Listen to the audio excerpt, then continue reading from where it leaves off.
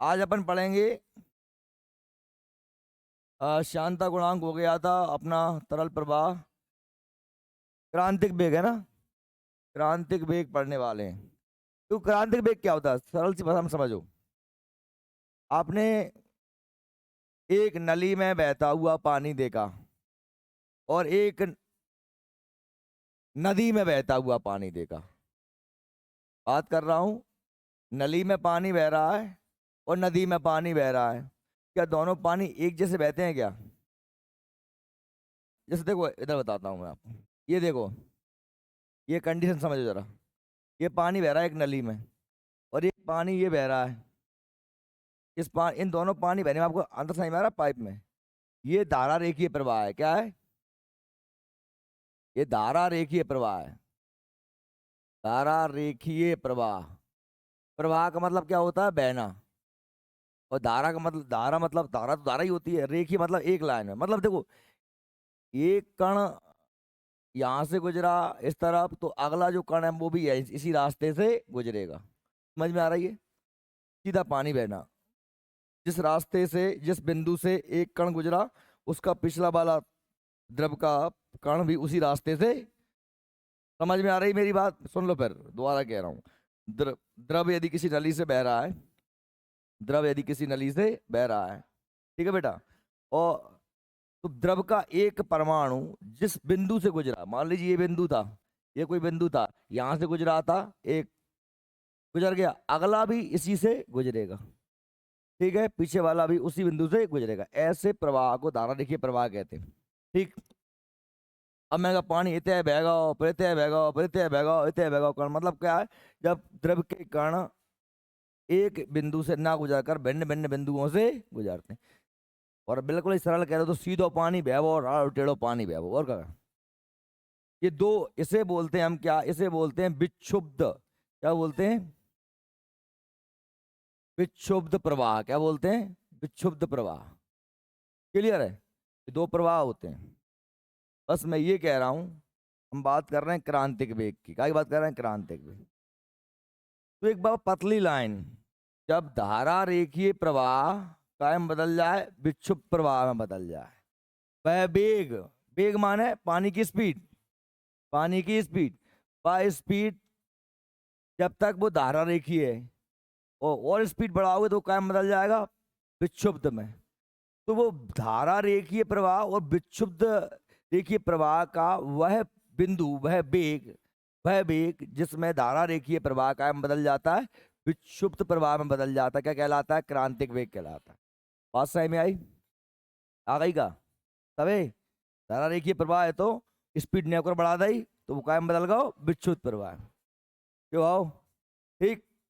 बस यही तो लेकर दो, पढ़ लो। क्रांतिक वेग।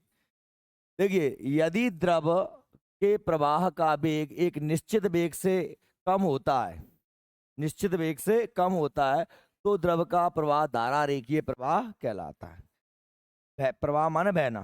तो एक कम स्पीड से बह रहा था तो सीधा बह रहा था, ठीक है। एक कम निश्चित वेग से कम वेग है तो क्या कहलाता है? वो धारा रेखीय प्रवाह। प्रवाह होता है, अर्थात द्रव का प्रत्येक कण, अर्थात द्रव का प्रत्येक कण उसी बिंदु से गुजरता है, उसी बिंदु से गुजरता है जिससे उसके पहले वाला कण गुजरा था। समझ में आ रही है? जिससे यहाँ यहीं से गुजरा था पहला कण, उसका अगला वाला भी उसी बिंदु से गुजरेगा। ठीक है। यह प्रवाह नियमित होता है, मतलब लगातार चलता रहता है। नियमित मतलब रेगुलर, ऐसे ही रहता है। ठीक है। जिस जिसमें किसी नियत बिंदु पर प्रवाह की चाल व उसकी दिशा निश्चित बनी रहती है। ठीक है। नियत बिंदु पर प्रवाह की चाल और उसकी दिशा, एक ही दिशा में बहता है और एक ही स्पीड से बहता है। ठीक है। उसे निश्चित वेग को हम क्रांतिक वेग कहते हैं। यदि वेग यदि वेग यदि वेग क्रांतिक वेग से अधिक होता है तो उसे द्रव का प्रवाह धारा रेखीय न रहकर विक्षुब्ध प्रवाह हो जाता है। एक लिमिट तक सीधा बहेगा, यदि और वेग बढ़ाया तो फिर वो कण इधर उधर बहने, उसे क्या कहते हैं?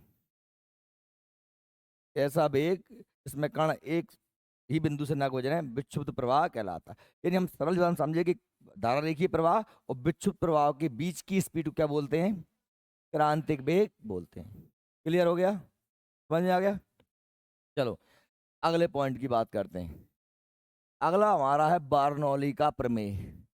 बर्नौली का प्रमेय, ये क्या होता है बर्नौली प्रमेय? बिल्कुल सिंपल है, देखो साइंस में कठिन कुछ भी नहीं होता। अपन हुआ बना के बैठ जाएं, हम क्या क्या हम जानने के उद्देश्य से नहीं पढ़ते, हम ऐसे ही रट्टा मारने के उद्देश्य से पढ़ लेते हैं। वो होता है कि हमें समझ में नहीं आता। जैसे अब आपको दिमाग में क्लियर बैठे क्रांतिक वेग किसे कहते हैं, ऐसे ही आपके दिमाग में बैठ जाएगा बर्नौली का प्रमेय क्या होता है। इस चीज समझने वाली है पूरी। बर्नौली ये कहता है, आपको समझा दूं मैं। बर्नौली उदाहरण दिए तो, जैसे मैंने कहा किसी भी नली में, ये नली है, अलग अलग अलग अलग काठ की नली है, सॉरी ये नली बनाता हूँ, ये नली है।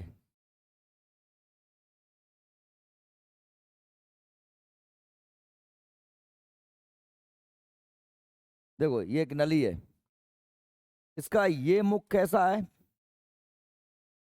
सकरा है। तो ये वाला मुख कैसा है, चौड़ा है।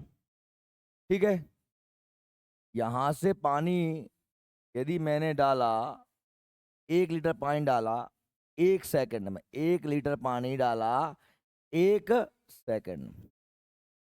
ठीक है, इधर से मैंने कितना पानी डाला, 1 लीटर पानी, कितने सेकंड में, 1 सेकंड।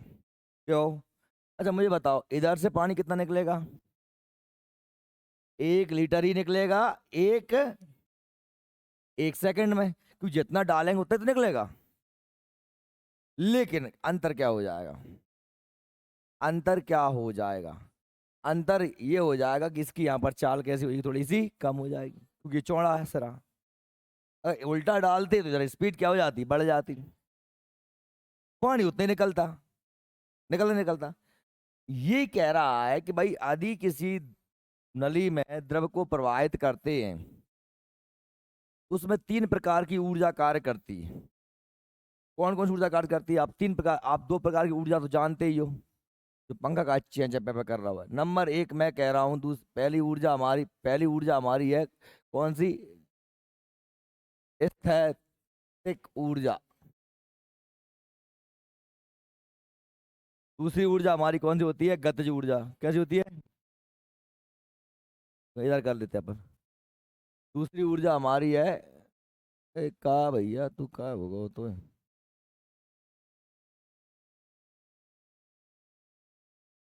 दूसरी ऊर्जा हमारी कौन सी होती है, गतिज ऊर्जा। कौन सी होती है, गतिज ऊर्जा क्या कहते हैं अंग्रेजी में, काइनेटिक एनर्जी। और तीसरी हमारी ऊर्जा होती है दाब ऊर्जा। क्या होती है, दाब ऊर्जा। 3 प्रकार की एनर्जियां होती हैं। स्थैतिक ऊर्जा क्या बोलते हैं अंग्रेजी में, पोटेंशियल। ये क्या कहलाती है, काइनेटिक। ठीक है, अब ये काय की वजह से, प्रेशर की वजह से, प्रेशर एनर्जी हो गई। अच्छा स्थैतिक ऊर्जा का सूत्र क्या होता है, क्या होता है बताओ, mgh। गतिज ऊर्जा क्या होता है, 1/m/v²। ये होता है, ये पता का नहीं था।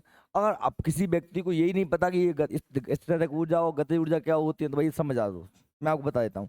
भाई जैसे मैंने कहा ये पेन है, मैंने कुछ ऊंचा उठाया, इसकी एक ऊंचाई हो गई।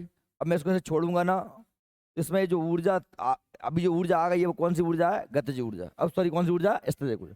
यानी स्थिति कार्य, जैसे मैंने धनुष को खींच दिया, तीर खींच दिया, तो अब इस तीर में एक एनर्जी आ गई कि नहीं आई, काय की वजह से, अपनी स्थिति की वजह से, खिंचाव की वजह से। तो कौन सी ऊर्जा कहलाएगी, वो स्थैतिक ऊर्जा। जैसे मैंने खिलौने में क्या भर दी, चाय भर दी, उसमें कौन सी एनर्जी आ गई, स्थैतिक एनर्जी। छोड़ दूंगा तो चलेगा वो।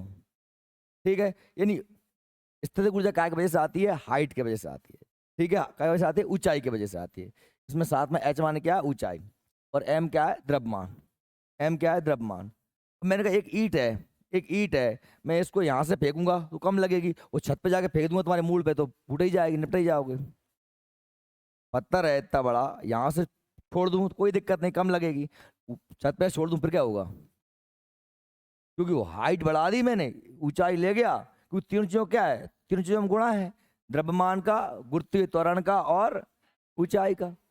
कोई भी चीज बड़ा हो गई, उसका ऊर्जा का मान क्या हो जाएगा, बढ़ जाएगा।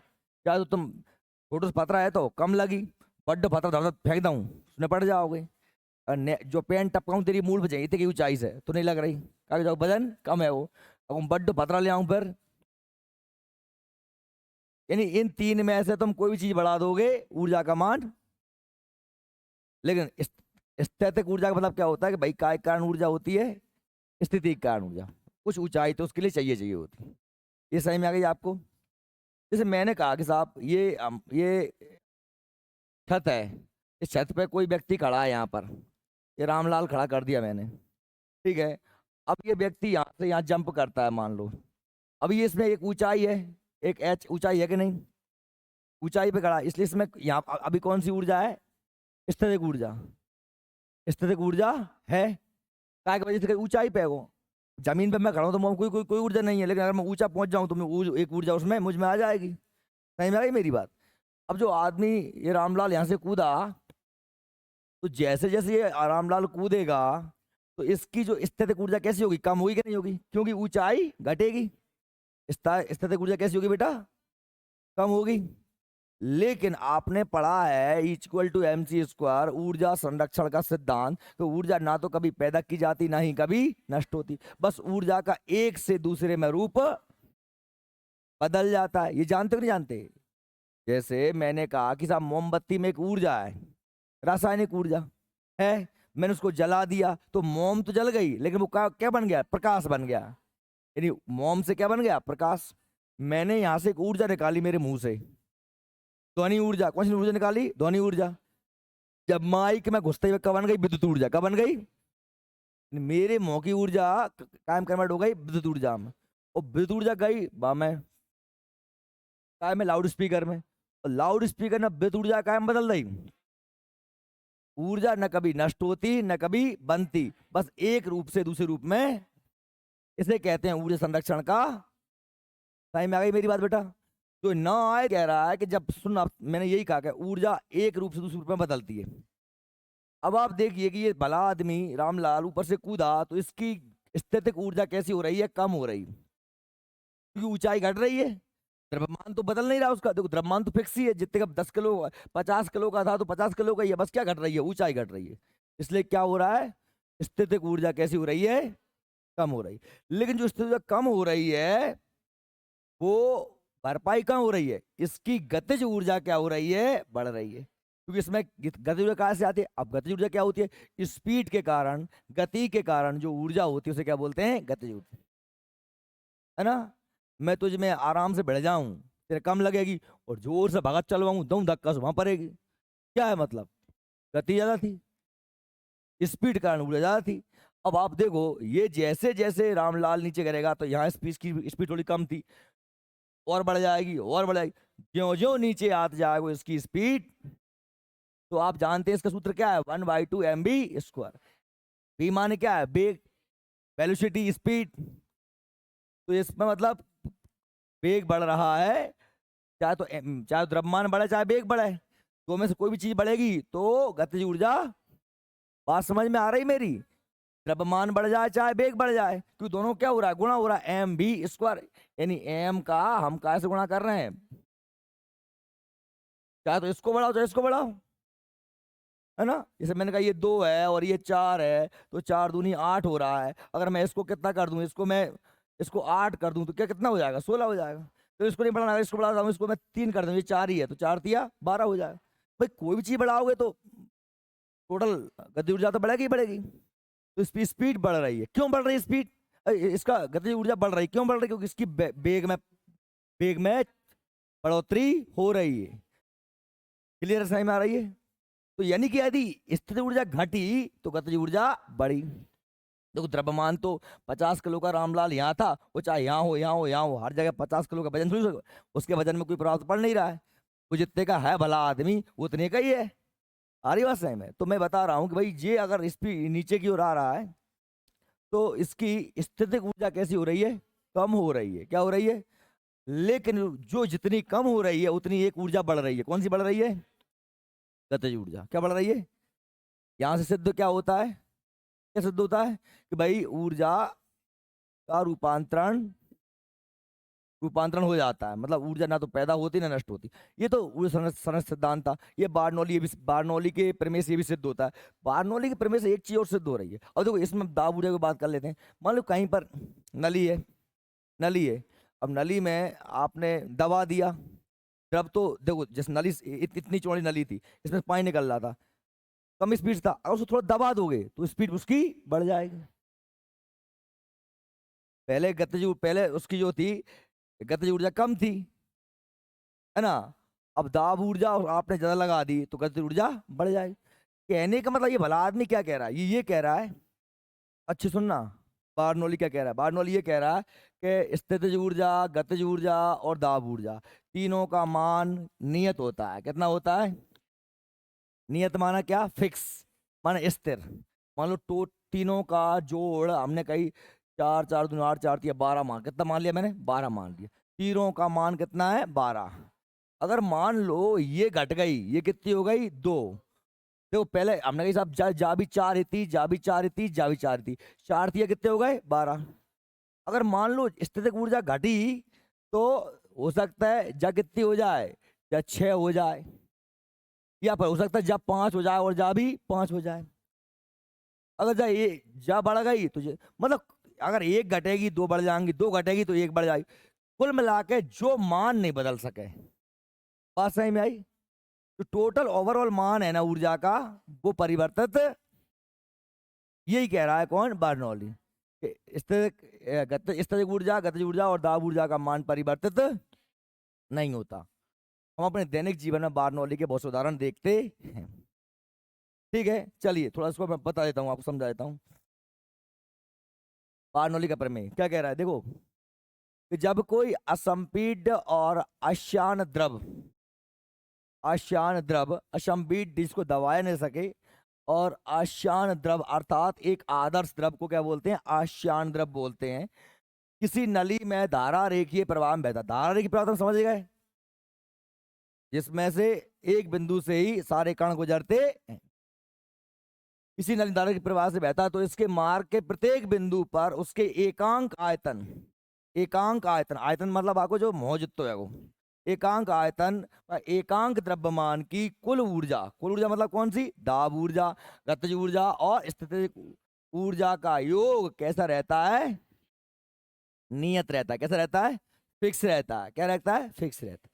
यदि मान लो गतिज ऊर्जा बढ़ गई तो ये स्थितिक और दाब ऊर्जा कम हो जाएंगे, या ये घट गई तो हो सकता है वो बढ़ जाए। कोई भी, अगर एक घटती है दूसरी बढ़ेगी।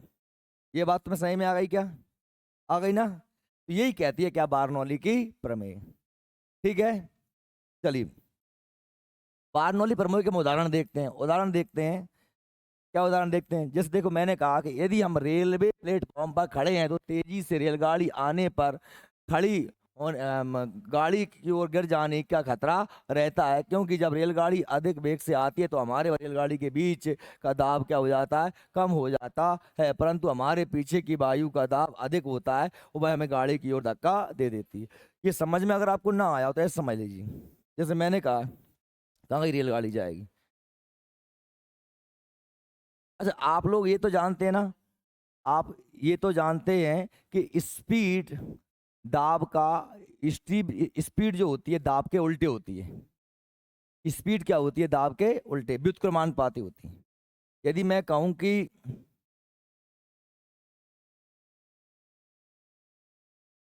ऐसे समझिए आप, जैसे मैं कहूं स्पीड इक्वल टू 1/दाब, ये बात समझ में आई आपको? यदि स्पीड को बढ़ाया तो दाब घट जाए, या दाब को बढ़ाया तो स्पीड कम हो जाएगी। ये बात सही में आ रही है? चलो नहीं आ रही सही में, मैं समझा देता हूँ। जैसे मान लीजिए मैं ये खड़ा हूँ, ठीक है, ये खड़ा हूँ मैं। अब मुझ में इधर से भी हवा का दाब है और मुझ में इधर से भी हवा का दाब है, और दोनों दाब जब बराबर हैं तो मैं स्थिर खड़ा हूँ। ठीक है, अब मैंने कहा कि दाब का स्पीड पर क्या प्रभाव पड़ता है? कि स्पीड बढ़ती है दाब घट जाता है। स्पीड बढ़ती है तो दाब घट जाता है। और मेरे जस्ट आगे से ये जो ट्रेन है ये गुजरती है, ये ट्रेन जो है ये ट्रेन गुजर रही है। ये खड़ा है भला आदमी, कोई दिख रहा है क्या? ये आदमी खड़ा है। जब भी प्लेटफॉर्म से ट्रेन गुजरती है तो हम कहते हैं कि भाई थोड़ा दूर खड़े रहना। क्यों खड़े रहना? क्योंकि जब ये यहाँ से गुजरेगी तो ये जो इस तरफ का, इस तरफ स्पीड कैसी हो जाएगी, इस तरफ स्पीड क्या हो जाएगी, बढ़ जाएगी। स्पीड बढ़ेगी तो दाब कैसा हो जाएगा, दाब कैसा हो जाएगा, कम हो जाएगा। अगर स्पीड बढ़ी तो दाब क्या हो जाएगा, कम हो जाएगा। अच्छा ये दाब कम हुआ, ये दाब तो था ही, ये तो जितना था उतना था ही, मतलब ओवरऑल ये दाब कैसा हो गया, ज्यादा हो गया। वास्तव में ये ज्यादा नहीं हुआ, ये जितना था उतना ही है, लेकिन ये कम हो गया, मतलब इसकी तुलना में ये वाला दाब तो कैसा हो गया, ज्यादा हो गया। एक आदमी तेज धक्का दे रहा हो तो, एक आदमी तेज धक्का दे रहा हो तो वो एक हट गाओ फिर का हुएगा। आप अगर रस्सा कस्सी नहीं खींची, रस्सा कस्सी खेला कि नहीं खेला? तुम मुझे खींच रहा हो, मैं तो खींच खींच रहा हूँ, मैं छोड़ दो, बड़ा आम गड़ जाएगा। तो यही होता है, यहाँ पर स्पीड से ट्रेन आएगी तो स्पीड के कारण क्या होता है, दाब कैसा होता है, कम हो जाता है। इसलिए ये पीछे की हवा हमें क्या मार देंगी, इस भले आदमी में धक्का मार देंगे, ये ट्रेन की तरफ गिर जाएगा। मैं वो प्रैक्टिकल करके बता देता हूँ। देखो ये कागज है, अपन ये कागज लेते हैं, देखो कागज है, उपवन मंडल अधिकारी होंदो कछू को। देखो आप देखना, एक प्रयोग करके बताते हैं अपन आपको। आप सब लोगों ने किया होगा शायद, ये प्रयोग किया है, नहीं किया? चलो मैं बता दूँ, चिंता नहीं करो, चिंता ना करो। देखिए ये मैंने कागज फाड़ ली, ये जैसे दो कागज है, अपन ये इस कागज को देखते हैं। जैसे मान लो ये कागज मैंने यहाँ लगाया, ये कागज मैंने यहाँ पे लगाया। अब मुझे देखना ये कागज नीचे की ओर है, अगर मैं इसमें ऊपर की ओर फूकूंगा तो नीचे की ओर ही जाना चाहिए, दिमाग से तुम्हारे से तो। लेकिन आपको पता है इधर से भी दाब लग रहा है और उधर से भी दाब लग रहा है, लेकिन जैसे ही मैं इसको फूकूंगा ऐसे करके, नहीं दाब के तोड़ रहा हूँ ऊपर है। हाँ देखो, और हवा चल रही है, देखो कहाँ जा रहा है, ऊपर जा रहा हो कि नहीं जा रहा हो, कहाँ जा रहा है? ऊपर को मैं स्पीड बढ़ा रहा हूँ तो दाब कैसे हो रहा है, कम। नीचे को दाब ऊपर है लग रहा हो। तो देखो मान लो अपन दो करते हैं, दो, ये दो करो, देखो ये दो करते हैं अपन। अगर मैं ये दोनों दूर दूर हैं, मैं बीच में हवा फूकूंगा तो दूर दूर भागना चाहिए, भागना चाहिए कि नहीं भागना चाहिए? अगर हम बीच में फूकूंगा तो दूर भागना चाहिए। चिपक रहा है कि नहीं चिपक रहा है? कहाँ चिपक रहे हैं? बीच का दाब क्या हो रहा है?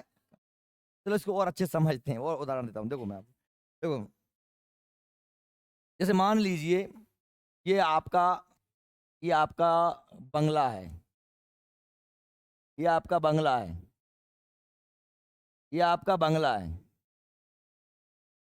इसमें आप रहते हैं, ये आपका बंगला है। अब आप भाई क्या है कि आप तो बढ़िया सो रहे थे बिंदास, इसी में अंदर आप बैठे हुए हैं, है ना? इसके अंदर भी हवा है, इसके बाहर भी हवा है, इसके अंदर भी हवा है चल रही है, और इसके ऊपर भी हवा चल रही है। अचानक क्या होता है कि इसके आंधी आती है, क्या आती है, आंधी।